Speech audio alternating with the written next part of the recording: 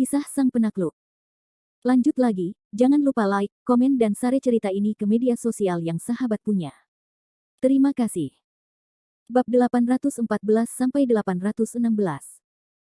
Malam telah larut, dan seluruh penduduk Linhai dan bahkan timur telah memasuki alam mimpi mereka sendiri. Namun, Linhai, Villa Liu Jia, masih terang benderang.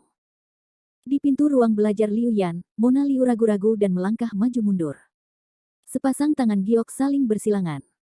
Dia mencoba mengetuk pintu kamar beberapa kali, tetapi akhirnya menghentikan tindakannya sendiri. Sebuah desahan panjang, saat Mona Liu menyerah, siap berbalik untuk pergi, suara Liu Yan di ruang belajar tiba-tiba terdengar samar. Di luar cerah. Masuklah. Mendengar suara ayahnya, Mona Liu menghentikan langkahnya, menoleh ke belakang, dan dengan lembut mendorong ruang belajar Liu Yan. Ruang belajar Liu Yan saat ini adalah semburan asap, cahaya redup. Mona Liu terkejut menemukan bahwa tepi meja ayahnya yang tidak pernah merokok sebenarnya mengeluarkan banyak puntung rokok. Mona Liu tanpa sadar menatap ayahnya, lalu perlahan-lahan datang ke jendela, membuka jendela, aliran udara dingin masuk, membuat Liu Yan, yang sudah mengantuk, gemetar di sekujur tubuhnya. Mona Liu menghampiri Liu Yan dan berkata dengan suara lembut, "Ayah, jangan terlalu banyak merokok. Itu tidak baik. Itu berbahaya bagi tubuhmu." Senyum tipis Liu Yan dengan cepat memadamkan puntung rokok. "Haha, bagus, jangan merokok, jangan merokok." Bukannya Liu Yan takut pada Mona Liu, tetapi bagi putri satu-satunya, Liu Yan memiliki hewan peliharaan yang tak terlukiskan dari awal hingga akhir. Mendongak, napas Liu Yan sedikit tidak teratur, dan ada beberapa benang darah di matanya. Saya tidak tahu apakah itu reaksi karena tidak cukup istirahat baru-baru ini atau hanya membunuh orang. Menatap putrinya, Liu Yan tiba-tiba tertawa, cerah, "Ini sudah dini hari, mengapa kamu belum beristirahat? Apakah ada sesuatu yang mengganggu pikiranmu?" Nada suara Liu Yan sangat enggan bertanya, bahkan senyum di wajahnya sangat malu. Liu Yan jelas tentang apa yang dipikirkan dan ingin ditanyakan Mona Liu. Namun sebagai seorang ayah, Liu Yan tidak tahu bagaimana cara berbicara dengan putrinya. Bisakah dia memberitahu putrinya bahwa dia adalah seorang pembunuh yang kejam? Mona Liu tertegun dan membuka mulutnya, tetapi dia tidak tahu bagaimana cara mengajukan pertanyaan. Akhirnya, ayah dan anak itu duduk dan berdiri saling memandang untuk waktu yang lama. Mona Liu adalah wanita kuat yang telah berjuang di pasar selama bertahun-tahun. Entah karena rasa ingin tahu atau perhatiannya terhadap ayahnya, Mona Liu memimpin dalam memecah suasana yang memalukan. "Ayah, aku ingin tahu, hari ini, di dalam kotak emas dan batu giok, laut biru dan langit biru, apakah kamu membunuh orang?" Liu Yan tertegun dan tidak bisa menahan senyum pahit di wajahnya. Menundukkan kepalanya dan tetap diam untuk waktu yang lama, Liu Yan tidak menjelaskan terlalu banyak, dan akhirnya menganggukkan kepalanya dan berkata, "Iya." Berbicara, Liu Yan mengangkat kepalanya untuk menatap mata Mona Liu tanpa mundur. Meskipun sudah tahu jawabannya, tetapi Mona Liu masih tersentuh. Tetapi Mona Liu berbalik untuk memikirkannya. Ayahnya membunuh lebih dari selusin orang dalam satu napas agar tidak membiarkan dirinya terluka dan dianiaya. Meskipun cinta ini berat, itu juga membuat Mona Liu merasa tersentuh. "Baiklah, apa yang Kevin Ye katakan, apakah benar kamu memiliki mata di keluarga Feng?" Mona Liu menarik napas dalam-dalam dan terus bertanya. Pada saat ini, senyum Liu Yan berubah dari berat menjadi salan. Dia bersandar malas di kursinya dan berkata sambil tersenyum, "Haha, Kevin Ye benar-benar naga dan phoenix di antara manusia. Dia dapat menilai hal-hal ini hanya dengan beberapa luka pedang. Sungguh jenius." Setelah itu, tatapan Liu Yan jatuh pada Mona Liu lagi, menganggukkan kepalanya dan berkata, "Ya, aku memang menaruh pandanganku pada kelompok angin. Dan Ming Mei, kau telah melihat orang ini di atas meja anggur. Namanya Luo Yong." Saat ini, Mona Liu tidak lagi menunjukkan keterkejutan, tetapi mengangguk dengan berat. Kemudian Mona Liu melangkah maju 2 langkah, berdiri di belakang Liu Yan, membungkuk perlahan, sepasang lengan giok dengan lembut disilangkan, tergantung di depan dada Liu Yan. Ayah Mona Liu menghela nafas, tetapi air mata di matanya yang indah tidak berhenti jatuh. Ayah Mona Liu saat ini sangat rumit. Dia genit kepada ayahnya dan enggan menyerahkan ayahnya. Namun, dia lebih terharu. Liu Yan tampaknya melelehkan seluruh orang secara umum, tangan besar tua itu dengan lembut menepuk lengan Mona Liu, dan kemudian seluruh orang itu menghela nafas. "Ming Mei, bagaimanapun juga, ayah sudah tua, dan tidak banyak yang bisa dia lakukan untukmu dan Ming Chuan. Aku hanya ingin bisa melindungi integritas saudara-saudarimu selama hidupku. Sedangkan sisanya, itu hanya masalah melakukan yang terbaik dan mendengarkan perintah surga. Hari ini, aku sangat marah dan melakukan terlalu banyak hal. Kamu tidak menyalahkan ayah karena membunuh orang tanpa izinmu. Mona Liu terisak 2 kali. Tidak, ini aneh. Liu Yan tersenyum pahit dan menatap Mona Liu dengan aneh. Mona Liu menatap ayahnya dengan gembira, "Ayah, aku tidak kecil tahun ini, sudah berusia 25 tahun. Aku pikir aku harus bisa berbagi beberapa hal untukmu. Aku hanya meminta agar jika kamu memiliki sesuatu di masa depan, jangan simpan dalam hatimu, dan jika kamu memiliki rencana, jangan simpan dalam hati, oke?" Ucapan Mona Liu membuatnya tercekat, dan Liu Yan juga tercekat. Bagus, bagus. Liu Yan yang berlinang air mata menatap putrinya. Ia merasa putrinya telah tumbuh dewasa dan menjadi orang yang bijaksana dalam semalam, yang membuat Liu Yan merasa terhibur. Melihat Mona Liu, Liu Yan tiba-tiba tertawa dingin dan berkata dengan gembira. Cantik, tampaknya seorang sosok benar-benar dapat mengubah wanita di sekitarnya. Kevin Ye, anak laki-laki itu sangat baik, sangat baik. Setidaknya sekarang, aku dapat mengidentifikasi dirimu di mataku. Ini adalah hal-hal yang tidak dapat aku ajarkan kepadamu. Mona Liu awalnya tertegun mendengar perkataan Liu Yan, tetapi segera ia berkata dengan senyum bangga, "Ayah, kau meremehkan dirimu sendiri. Masih banyak lagi yang dapat kau ajarkan kepadaku, bukan?" Setelah itu, wajah menawan Mona Liu tiba-tiba menunjukkan senyum aneh. Malam ini, ketika semua emas dan giok sudah penuh, Kevin Ye secara khusus menyuruhku untuk menanyakan beberapa hal kepadamu setelah aku pulang. Dia berkata bahwa jika aku tidak dapat mempelajari hal-hal ini, aku tidak akan bertanggung jawab atas seluruh keluarga Liu, ibu kota kaisar di masa depan. Jelas, Mona Liu mengatakan ini dengan sengaja kepada Liu Yan. Benar saja, Liu Yan Teng berdiri, menoleh ke belakang, dan menatap putrinya dengan penuh semangat. Dari mata Liu Yan, Mona Liu melihat sesuatu yang tidak dapat dipercaya. Setelah setengah dering, Liu Yancai perlahan membuka mulutnya dan berkata, "Cerah, apakah itu yang benar-benar dikatakan Kevin Ye?" Mona Liu berkata sambil tersenyum, "Ayah, lihat ekspresimu. Bolehkah aku menipumu?"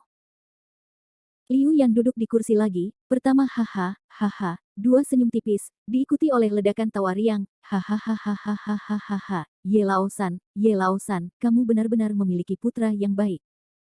Ketika aku berada di ibu kota kekaisaran, Ye Laosan adalah satu-satunya yang tahu aku adalah Liu Yan.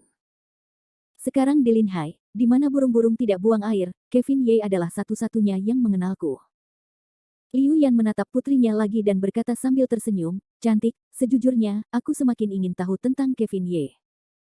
Kirimi aku pesan kepada anak laki-laki itu besok dan katakan aku ingin melihatnya." Atas permintaan Liu Yan, Mona Liu sangat senang. Dia menganggukkan kepalanya dan berkata, "Hehe, oke, aku akan meneleponnya sekarang juga." Ucap Mona Liu dengan penuh semangat, melompat meninggalkan ruang belajar Liu Yan. Saat ini, Mona Liu, yang berpenampilan seperti ketua kelompok, hanyalah seorang wanita kecil yang sedang jatuh cinta. Melihat punggung putrinya yang bahagia, Liu Yan tertawa 2 kali, gadis ini. Bab 815. Pagi-pagi sekali, laut, burung-burung, bunga-bunga, matahari terbit membubarkan kabut malam. Saat ini, yang membangunkan Kevin Ye dari tidurnya bukanlah alarm ponselnya, atau keinginannya untuk kelas, tetapi gumaman di luar kota langit. Di tempat tidur besar yang nyaman, Kevin Ye bersandar malas di kepala tempat tidur. Dalam pelukan Kevin Ye, mata Claire Lan mengendur, dan tubuhnya meringkuk seperti anak kucing yang lucu. Namun meskipun begitu, Claire Lan masih memiliki senyum tenang di wajah cantiknya. Tampaknya pasangan pria dan wanita, muda, ini telah tergila-gila sepanjang malam tadi malam. Kepuasan jiwa dan raga penuh dengan tulisan di wajah Claire Lan, yang sangat manis. Di samping, Claire Lan memeluk Kevin Ye secara alami, dan dia tersenyum. Kepalanya yang kecil dekat dengan lengan Kevin Ye yang kuat, dengan senyum konyol di wajahnya. Kevin Ye adalah senyum yang buruk, mengulurkan jari-jari ramping di rambut panjang Claire Lan. Namun, ketika mereka sudah saling mengenal dengan hangat, pintu kamar didorong terbuka, dan langkah kaki terdengar sedikit cepat, dari jauh ke dekat. "Tuan, geng Sirius datang lagi. Mereka ada di pintu, bergumam ingin bertemu dengan Anda." Kesia berjalan ke kepala tempat tidur Kevin Ye dalam 3 langkah dan 2 langkah. Namun, melihat pemandangan di tempat tidur, Kesia langsung tersipu, menutupi pipinya dengan tangan, lalu mundur. Tuan, maafkan saya tidak melihat apa-apa, saya tidak melihat apa-apa, Anda teruskan saja, kata Kesia Yingning, dengan cepat berbalik, seolah-olah akan lari dari kamar Kevin Ye. Melihat ke pintu, Kevin Ye terkekeh pelan dan berkata, benar-benar gadis yang mengecewakan. Mengenai keberadaan saudara perempuan Murong, Claire Lan sudah mengetahuinya pada hari pertama dia datang ke Kota Langit, jadi dia tidak heran. Dia hanya menertawakan Kevin Ye. Pasang surut, saudara kembar ini sangat menggemaskan. Kapan kamu akan membawa mereka pergi? Wajah Lan Chair dipenuhi dengan senyuman. Ini jelas merupakan satu set, tetapi Kevin Ye tidak menyadarinya. Kevin Ye berkata dengan senyuman yang buruk, jangan khawatir, jangan khawatir. Wajah Lan Chair segera berubah, dan dia menatap tajam ke arah Kevin Ye. Kemudian dia menggunakan mulut dan tangannya, menggigit jari-jari Kevin Ye dan menjepit daging lembut di pinggangnya. Itu terlihat seperti gertakan gigi. Kevin Ye hanya merasa mati rasa untuk sementara waktu. Dia menatap Lan Chair, dan merasakan lonjakan tiba-tiba di hatinya, sepertinya aku mengatakan sesuatu yang salah. Sepertinya aku telah berkolusi dengan kecemburuan gadis kecil itu. Claire Lan mendongak menatap Kevin Ye dengan wajah penuh makanan. Dia bergumam dengan marah dan berkata, dasar penjahat, kau benar-benar ingin mengambil sepasang bunga saudari itu. Kau tahu bahwa kau adalah lobak besar dengan hati berbunga-bunga, dan kau tidak tahu hal-hal yang baik. Aku kesal. Aku benar-benar kesal. Setelah jeda, Claire Lan berpikir sejenak, dan melangkah maju, dan berkata, pasang surut, aku memperingatkanmu. Aku tidak keberatan jika kau menerima bunga para saudari, tetapi aku harus menunggu sampai kau membuka segel semua saudari kita. Jika kau memberitahuku bahwa kau mencuri makanan di punggung saudari kita, lihat bagaimana aku menghadapimu. Bahkan jika aku tidak bisa mengalahkanmu, para saudari lainnya tidak akan membiarkanmu pergi. Setelah itu, Claire Lan mengangkat tinjunya yang merah muda dan mengguncangnya di depan Kevin Ye, seolah mengancam. Namun, ekspresi makan Claire Lan sangat lucu di mata Kevin Ye. Adapun Claire Lan, yang secara alami cerewet, pencemburu, dan sangat tidak seimbang hatinya, Kevin Ye tidak mengatakan apa-apa, tetapi memberi Claire Lan senyum buruk dan memanjakan hidungnya. Ketika Kevin Ye dan Claire Lan menyelesaikan pakaian mereka dan turun ke bawah, matahari di Kota Langit telah menyinari pantat. Namun, ketika Kevin Ye dan Claire Lan datang ke ruang tamu Kota Langit, yang mereka lihat pada awalnya bukanlah orang-orang dari geng Sirius, atau geng Tu, tetapi Charlie Qin. Saat ini, Charlie Qin sedang duduk malas di sofa, mencicipi longjing terbaik dan memakan kue buatan Liu Nanrong. Melihat Kevin Ye, Charlie Qin bahkan lebih bangga dengan senyumnya, Kevin Ye, anak muda, terkadang aku benar-benar iri padamu. Tidur ini bangun secara alami, menghitung uang sampai kram tangan, hal-hal baik seperti itu membiarkanmu anak muda untuk mengambil.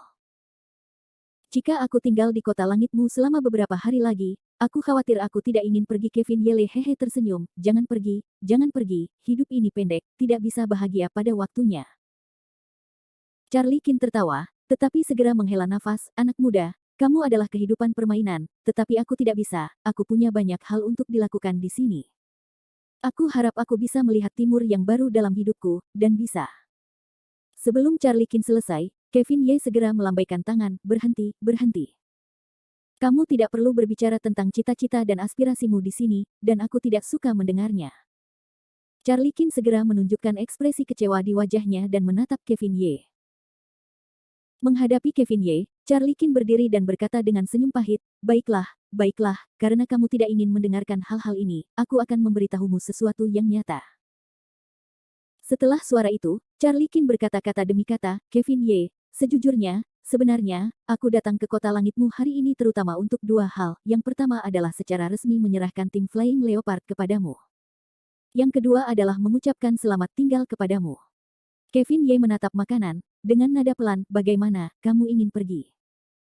Ya, aku sudah lama berada di Linhai, dan aku sudah mengurus semua hal yang seharusnya diselesaikan. Jadi, sudah waktunya untuk kembali. Lagi pula, tampaknya ada perubahan baru di perbatasan Yunnan Selatan. Aku harus segera mengurusnya. Kevin Ye menyeringai getir. Dia menepuk bahu Charlie Qin dan berkata, pangeranmu benar-benar pekerja keras. Aku tidak bisa menahannya. Lebih baik aku sibuk, atau aku akan bosan sampai hampa. Charlie Qin berkata dengan ringan, tetapi rasa sakit di hatinya mungkin hanya dia yang bisa memahaminya. Kevin Ye mengangguk, lalu menatap Charlie Qin dengan tulus dan berkata, jika kamu perlu meneleponku, aku akan bergegas ke selatan Yunan pada saat pertama. Kekacauan di sana dibuat oleh kita berdua, dan aku tidak bisa membiarkanmu membawa panci hitam sendirian. Charlie Qin tertawa terbahak-bahak. Kevin Ye memukul dada dengan tinjunya. Baiklah, sudah cukup kalimat ini.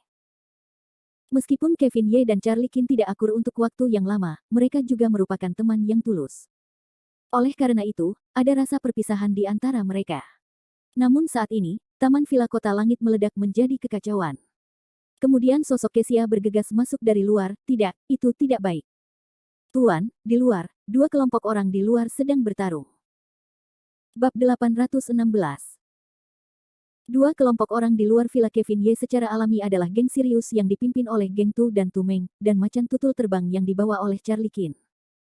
Kedua kelompok orang ini pemberani dan ganas, mereka bertarung di luar, Kevin Ye tidak akan merasa aneh sama sekali.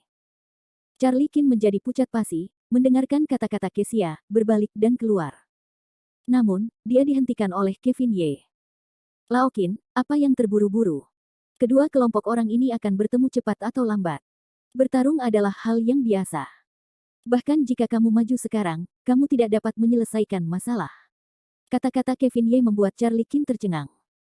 Dia segera menghentikan langkahnya dan berkata sambil tersenyum, anak muda, kamu tenang saja. Mereka akan menjadi orang-orangmu di masa depan. Kevin Ye menatap Charlie Qin sambil tersenyum, tetapi dia tidak punya ide untuk keluar untuk membujuknya bertarung. Sebaliknya, dia berjalan menuju sofa dan duduk dengan pedang emas, mencicipi teh dan makan kue. Charlie Qin tidak punya pilihan selain mengikuti Kevin Ye, tetapi dia tidak memiliki ketenangan seperti Kevin Ye. Matanya masih gugup dan melihat keluar. Kevin Ye tersenyum dan melambaikan tangan ke arah Kesia di satu sisi.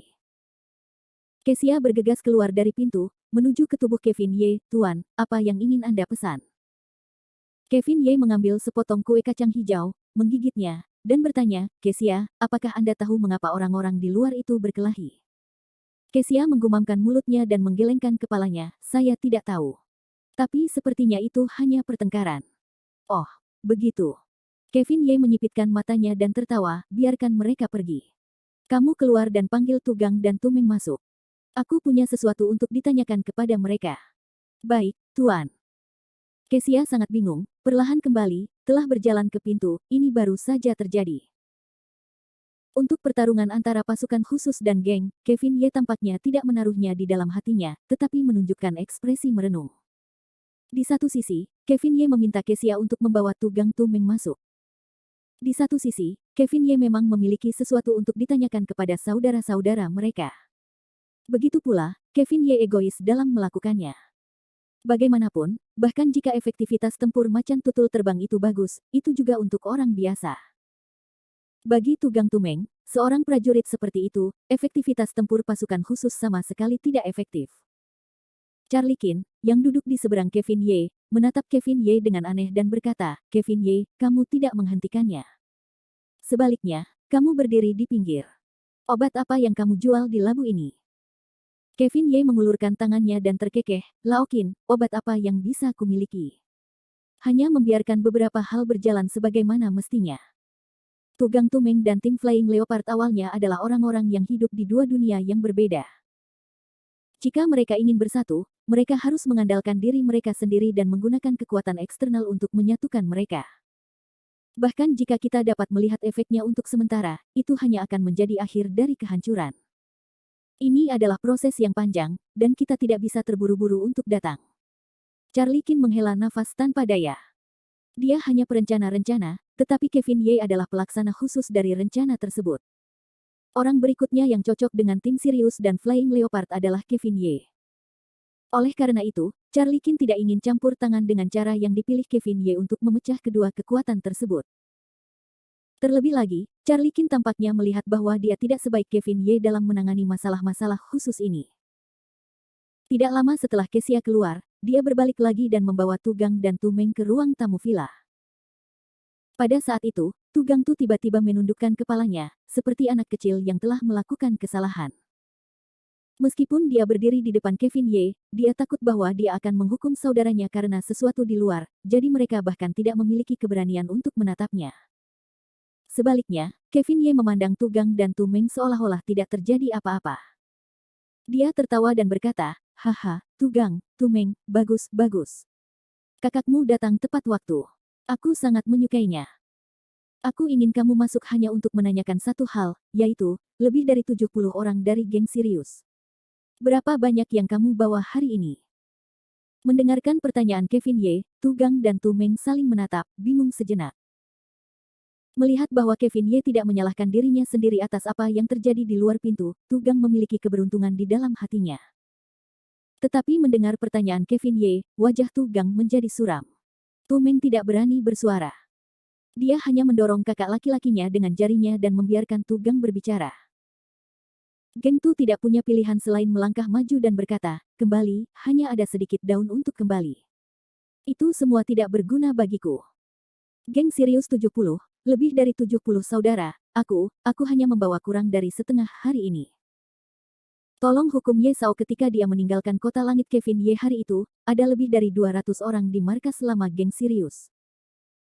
Sekarang, setelah setengah bulan berkeliaran di laut, lebih dari 200 orang itu telah kehilangan nyawa mereka sekali lagi. Dapat dilihat juga bahwa kekompakan geng Sirius telah menghilang. Itu juga menunjukkan bahwa organisasi seperti geng dunia bawah rentan ketika mereka kehilangan status dan kekayaan mereka. Bagi Tu Gang yang melapor, Kevin Ye tidak memiliki banyak kejutan dan kekecewaan, hanya saja.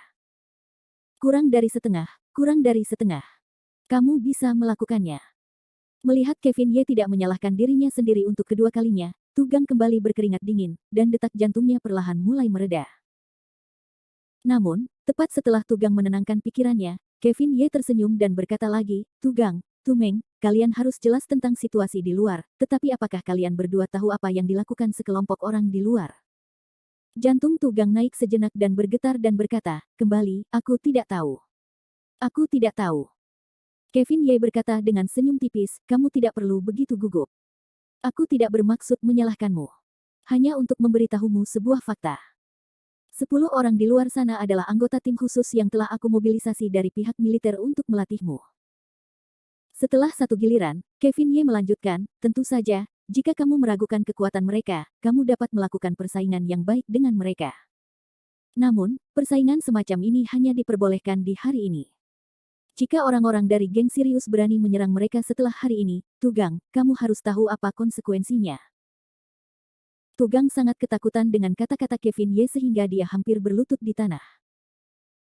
Tetapi Tu Meng adalah Leng Tu King, marah terhadap Kevin Ye, Ye Sao, lalu kita bandingkan dengan mereka, jika mereka tidak sekuat kita, bagaimana caranya? Anak yang galak, jangan lancang. Tu Gang sangat takut sehingga dia menelepon. Namun, Kevin Ye tidak menanggapinya dengan serius dan berkata, sangat mudah. Jika mereka tidak sebaik dirimu, aku akan melepaskan mereka. Apakah kamu puas dengan hasil Tu Meng? Aku. Tu Meng tidak memiliki sepatah kata pun untuk rencana perawatan Kevin Ye, karena metode Kevin Ye tidak memihak, jadi kamu tidak dapat mengatakan sepatah kata pun tentang tidak. Melihat Tu Gang dan Tu Meng, mereka berdua menundukkan kepala. Kevin Ye berkata kepada Charlie Qin yang berseberangan, baiklah, Qin tua, sudah hampir waktunya. Pergi bersamaku untuk menonton drama yang bagus. Senang juga melihatmu pergi. Charlie Qin melambaikan tangannya ke Kevin Ye sambil tersenyum dan berkata, anak muda, kamu memiliki banyak ide hantu.